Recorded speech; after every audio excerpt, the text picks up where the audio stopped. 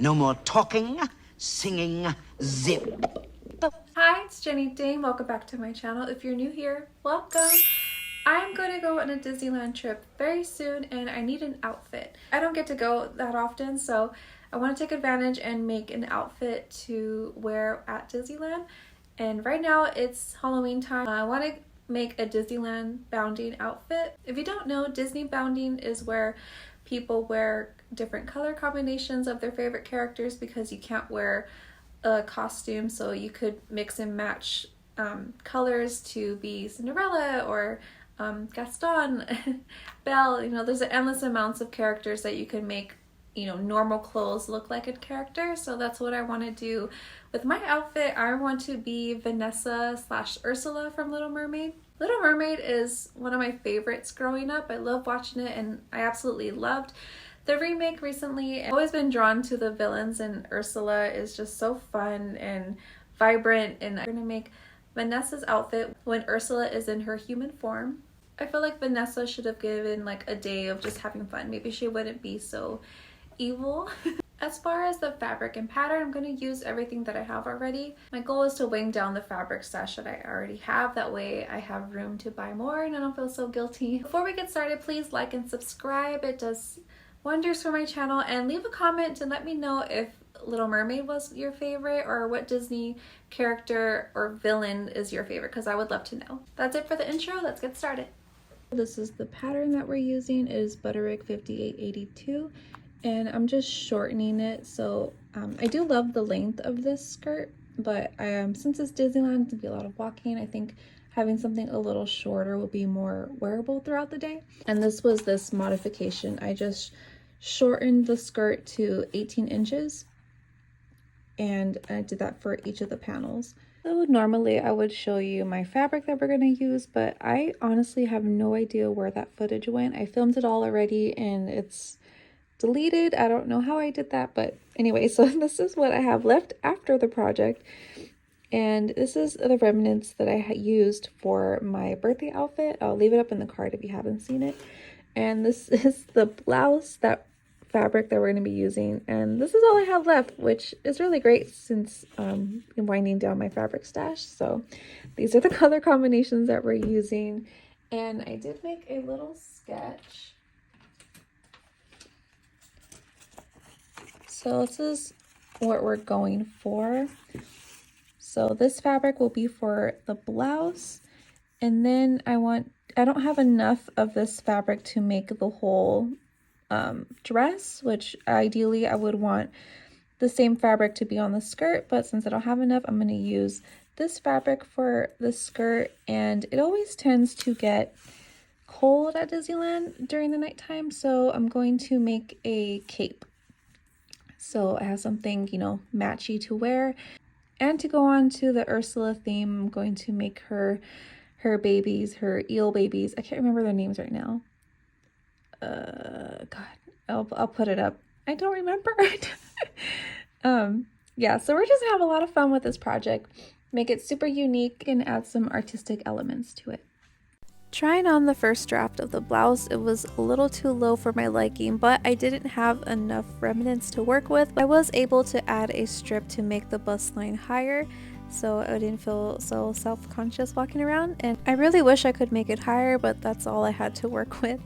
The blouse has a contrasting bit in the front, so I just made a elongated triangle that I self-drafted, and I made a little strip so I could crisscross them so it could be like a faux shirt that's underneath. And this is me attaching the skirt to the bodice. For the cape, I toyed around with just having it draped over my shoulders, but I didn't like that it was wrinkled in the front and I wanted room to be able to draw in it, so I self-drafted the cape, and honestly it didn't go too well. I'll link down the tutorial that I followed, and she made it really simple, but when I made it, it just did not turn out right. And I honestly think that I was too gun shy in cutting it shorter. If I just had done like what I'm doing here, cut out the circle for my head to go through, it would have been fine. But you'll see here where I messed up.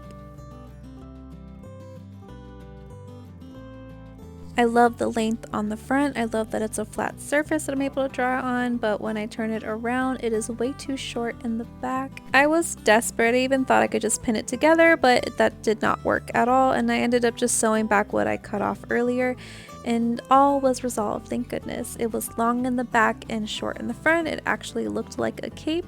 I used this as a template to cut out the lining that's in the same color fabric, and then I rounded out the corners, and the front facing fabric was ready to be drawn on. I self-drafted this. I kind of just winged it, and I was really nervous because I was using pin, which if I made a mistake then there was no going back. Once I was happy with the design, I painted the eels on both sides of my shoulders, and I went in with white first to have a smooth surface for his skin tone color, and I used a darker tone for his fins, and then I tried something different. I used a fabric marker pen to outline it, and I wouldn't recommend it. It was a nice experiment, but I would use black paint instead of an ink because it bled a lot on the fabric. But here's my babies, and that wasn't enough. I wanted to do the poor unfortunate souls in the back, and felt like it was a little too plain, so I added these dear unfortunate souls that are stuck in the back of my cape.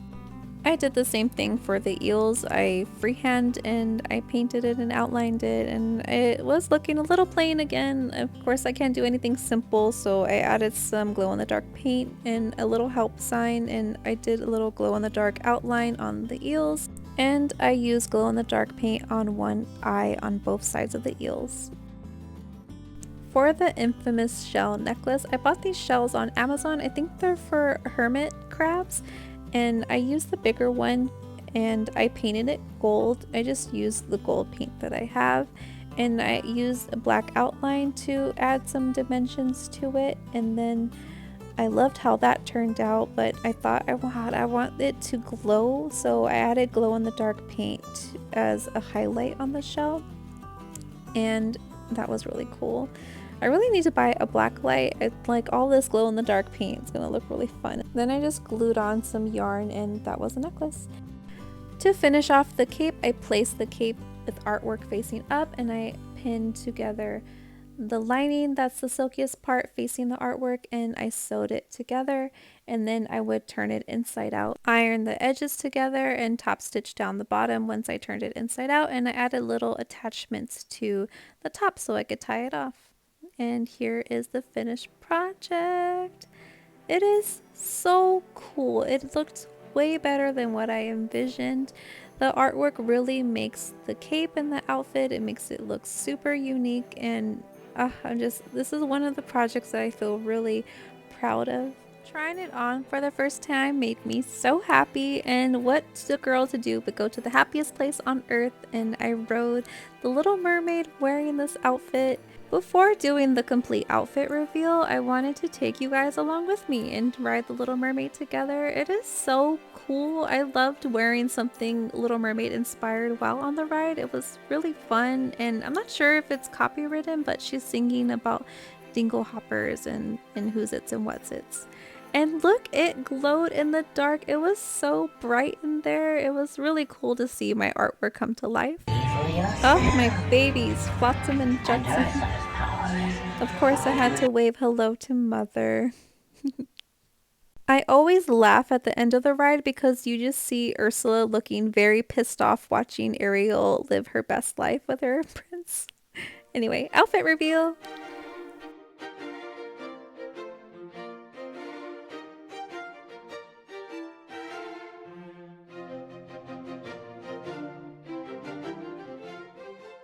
This was the perfect Disney bounding outfit. I was super comfortable walking around. I did have flats on in the beginning of the day, but I did change into my Converse because my feet were killing me. But overall, this is such a fun project. It was really fun to see other people wearing Disney bounding outfits, and I received lots of compliments, which made me feel really good about my craft. If you enjoyed this video, please consider subscribing. I have tons of projects in store that are vintage inspired and artwork included, and I would just love to have you along with the journey. So I'll see you guys in the next one. Bye!